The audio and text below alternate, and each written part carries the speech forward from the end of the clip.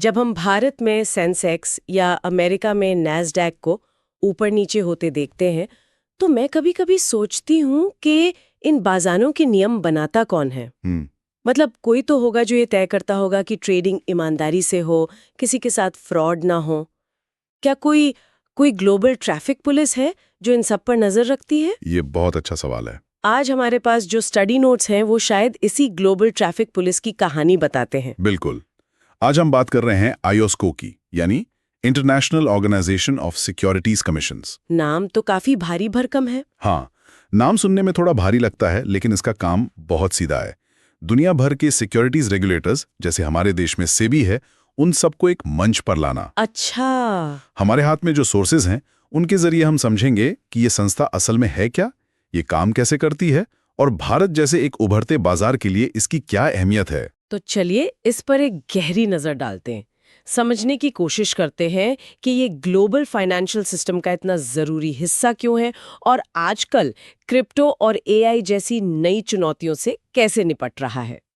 तो सबसे पहले और सबसे जरूरी सवाल, हाँ, बिल्कुल बेसिक से शुरू करते हैं। ये आईएसको आखिर है क्या? देखिए, आईएसको जो है वो दुनिया के सिक्योरिटीज रेगुलेटर्स का एक अंतर्राष्ट्रीय क्लब जैसा है। एक क्लब? हाँ, समझ लीजिए। इसकी शुरुआत हुई थी 1983 में।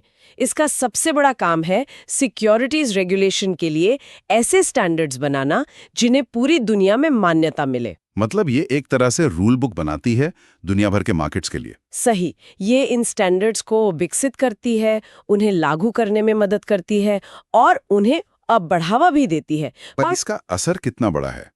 क्या ये सिर्फ सलाह देने वाली संस्था है या इसके पास सच में कोई पावर है? नहीं नहीं, इसका असर बहुत बड़ा है। आप अंदाजा लगाइए, इसके सदस्य 115 से ज्यादा देशों से हैं। 115 से ज्यादा? हाँ।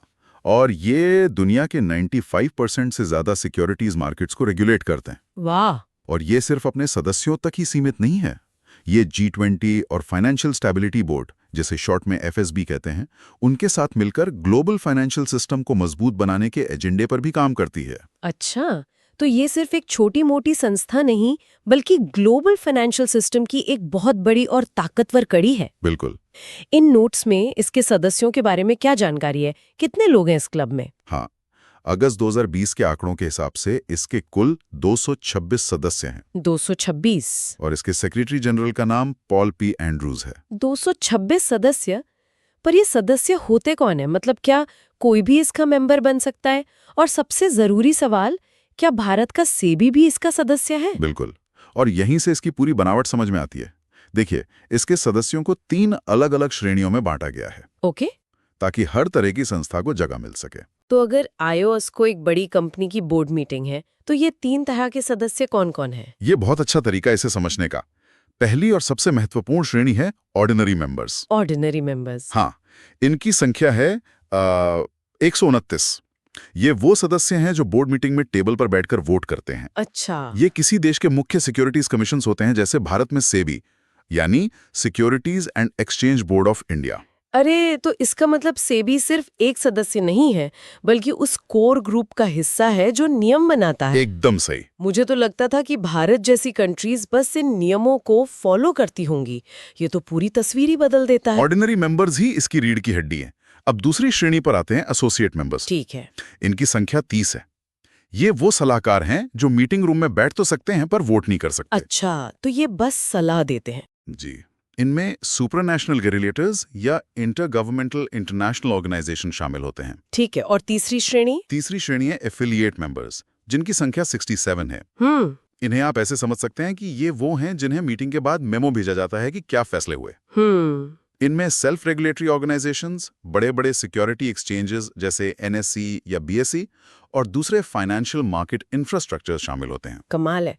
तो सेबी का ऑर्डिनरी मेंबर होना भारत को फैसले लेने की प्रक्रिया में सीधी आवाज देता है। बिल्कुल। अब सवाल ये है कि ये सब इतने बड़े बड़े रेगुलेटर्स एक साथ मिलकर करते क्या है? इनका असल मकसद क्या है? आईएसको 3 मुख्य मकसदों पर काम करता है।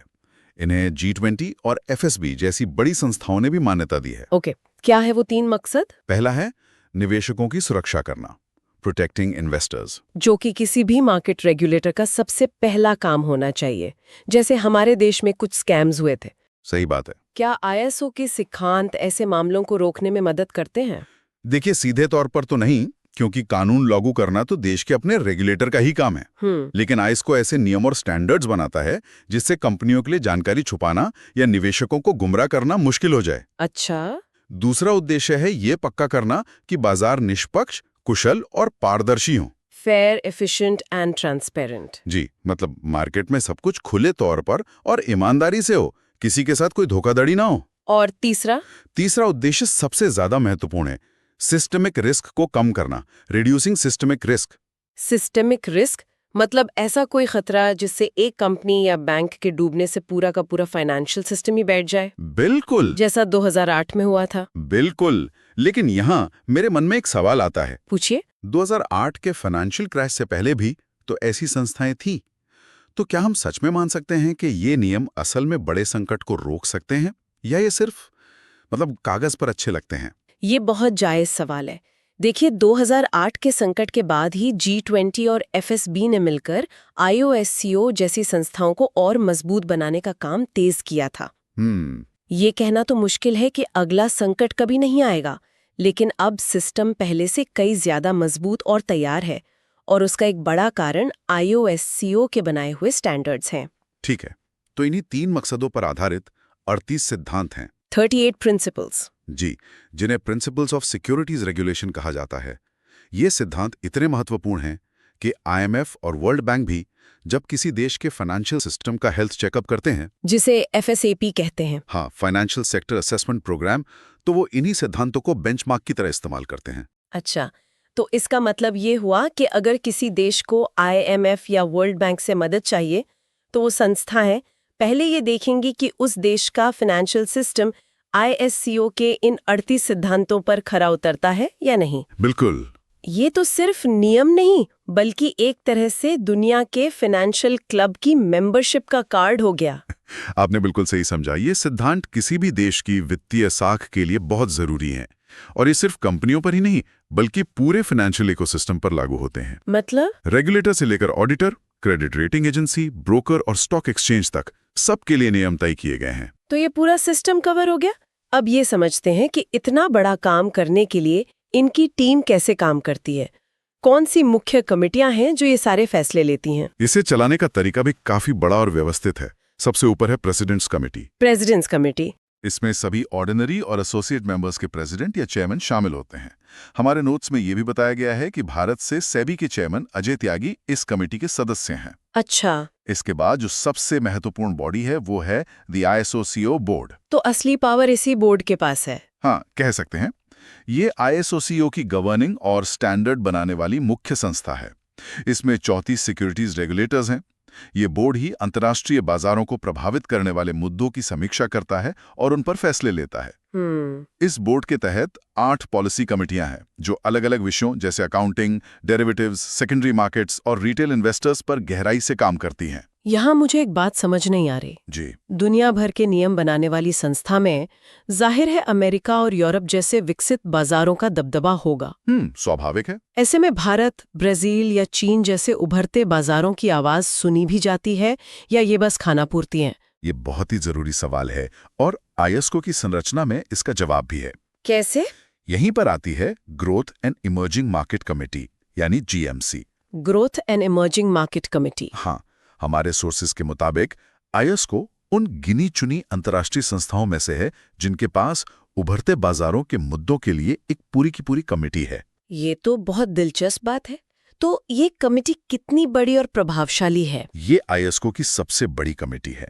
75% से ज्यादा ऑर्डिनरी मेंबर्स इसमें शामिल हैं। 75% से ज्यादा? जी। इसके 89 सदस्य और 21 एसोसिएट सदस्य हैं, जिनमें दुनिया की सबसे तेजी से बढ़ती अर्थव्यवस्थाएं और G20 के 11 सदस्य भी शामिल हैं। अच्छा। और बात सिर्फ संख्या की नहीं है। इस कमेटी के चेयरमैन को फाइनेंशियल स्टेबिलिटी बोर्ड यानी FSB की बैठकों में एक ऑब्जर्वर के तौर पर जगह मिलती है। वाह, मतलब ये सिर्फ अपनी बातें आपस में नहीं करते, बल्कि इनकी आवाज दुनिया की सबसे बड़ी फाइनेंशियल पॉलिसी बनाने वाली टेबल तक पहुंचती है। बिल्कुल। इसका मतलब भारत जैसे देशों की चिंताओं को वैश्विक स्तर पर गंभीरता से लिया जाता है। बिल्कुल। ये वैश्विक वित्तीय प्रणाली में उनकी बढ़ती भूमिका को साफ साफ दिखाता है। तो अब आज की दुनिया पर आते हैं। ये सब तो इसकी बनावट और सिद्धांतों की बात हो गई। आजकल IOSCO का फोकस किन चीजों पर है? 2020 में इसकी प्राथमिकताएं क्या थीं? नोट्स के अनुसार 2020 में बोर्ड ने 5 मुख्य प्राथमिकताएं तय की थीं और ये लिस्ट दिखाती है कि ये संस्था भविष्य की चुनौतियों को लेकर कितनी सजग है। बताइए। पहली है क्रिप्टो एसेट्स। जाहिर है, ये तो होना ही था। दूसरी है आर्टिफिशियल इंटेलिजेंस, AI और मशीन लर्निंग, ML। ओके। तीसरी है मार्केट फ्रेगमेंटेशन। एक मिनट, मार्केट फ्रैगमेंटेशन का क्या मतलब है? क्या इसका मतलब यह है कि अब ट्रेडिंग सिर्फ बॉम्बे स्टॉक एक्सचेंज या NSE जैसे बड़े प्लेटफॉर्म्स पर नहीं, बल्कि दर्जनों अलग अलग मोबाइल ऐप्स और छोटे प्लेटफॉर्म्स पर बिखर गई है? सही पकड़ा। जैसे रेगुलेट करना मुश्किल हो रहा है। आपने एकदम सही पकड़ा। जब ट्रेडिंग बहुत ज्यादा जगहों पर बढ़ जाती है तो कीमतों में पारदर्शिता रखना और पूरे मार्केट पर नजर रखना रेगुलेटर के लिए एक बड़ी चुनौती बन जाता है। यही मार्केट फ्रैगमेंटेशन है। समझ गए। और चौथी प्राथमिकता? चौथी है पैसिव इन्वेस्टिंग और इंडेक्स प्रोवाइडर्स। पैसिव इन्वेस्टिंग मतलब जो लोग सीधे स्टॉक्स खरीदने के बजाय निफ्टी 50 जैसे इंडेक्स फंड्स या ETFs में पैसा लगाते हैं। जी। ये प्राथमिकता क्यों है? ये तो काफी सुरक्षित माना जाता है। सुरक्षित है, लेकिन इसका चलन इतनी तेजी से बढ़ा है कि अब दुनिया का बहुत बड़ा पैसा कुछ ही इंडेक्स प्रोवाइडर्स जैसे MSCI या FTSE के इशारों पर चलता है। अगर वो अपने इंडेक्स में किसी कंपनी को शामिल करते हैं या निकालते हैं तो अरबों डॉलर का फ्लो इधर से उधर हो जाता है। बात तो सही है। तो ISCO ये देख रहा है कि ये इंडेक्स प्रोवाइडर्स कितने पारदर्शी हैं और क्या इनका प्रभाव मार्केट को गलत तरीके से तो नहीं बदल रहा। ये तो मैंने सोचा ही नहीं था। बहुत गहरा पॉइंट है। और पांचवी और आखिरी प्राथमिकता? पांचवी है रिटेल डिस्ट्रीब्यूशन और डिजिटलाइजेशन। अच्छा। यानी आम निवेशकों तक म्यूचुअल फंड्स और दूसरे निवेश के साधन कैसे पहुंचाए जा रहे हैं, खासकर जीरो ब्रोकरेज वाले मोबाइल ऐप्स के जरिए। यहां ये देखा जा रहा है कि क्या निवेशकों को सही सलाह मिल रही है या उन्हें ऐसे प्रोडक्ट्स बेचे जा रहे हैं जो उनके लिए सही नहीं है। वाह, क्रिप्टो, AI, मार्केट फ्रैगमेंटेशन, ये लिस्ट तो बिल्कुल आज के फाइनेंशियल अखबार की हेडलाइंस जैसी है। बिल्कुल। इसका मतलब ये संगठन समय के साथ बदलती टेक्नोलॉजी और चुनौतियों को लेकर पूरी तरह से सजग है और पुराने नियमों के साथ चिपका नहीं हुआ है। सही बात है। ये दिखाता है कि रेगुलेशन का काम कभी खत्म नहीं होता। जैसे जैसे बाजार विकसित होते हैं, रेगुलेटर को भी उनके साथ साथ विकसित होना पड़ता है। तो कुल मिलाकर IOSCO सिक्योरिटीज मार्केट्स के लिए एक वैश्विक मानक निर्धारक यानी ग्लोबल स्टैंडर्ड सेटर है, जो निवेशकों की रक्षा, बाजारों में ईमानदारी और वैश्विक वित्तीय स्थिरता के लिए काम करता है। आज की इस बातचीत से ये साफ हो गया कि कैसे एक अंतर्राष्ट्रीय संस्था पर्दे के पीछे रहकर दुनिया भर के करोड़ों निवेशकों के हितों की रक्षा के लिए चुपचाप काम करती है। जी। यह सिर्फ नियमों का एक सेट नहीं है, बल्कि एक गतिशील संगठन है जो नई चुनौतियों का सामना करने के लिए लगातार खुद को तैयार कर रहा है। बिल्कुल। और यहाँ एक महत्वपूर्ण सवाल ये उठता है। बताइए। कि जैसे जैसे क्रिप्टो एसेट्स और AI जैसी तकनीकें बाजारों में और आम हो रही हैं, जो किसी देश की सीमाओं को नहीं मानती, क्या IOSCO जैसी पारंपरिक नियामक संस्थाएं इनकी गति के साथ तालमेल बिठाते हुए नई नियम बना पाएंगी? ये एक बहुत बड़ा चैलेंज है। और इन वैश्विक नियमों का अलग-अलग देशों के स्थानीय कानूनों के साथ तालमेल बैठाना भविष्य में कितना बड़ा चैलेंज होगा, ये एक ऐसा सवाल है जिस पर दुनिया भर के रेगुलेटर्स को सोचना होगा।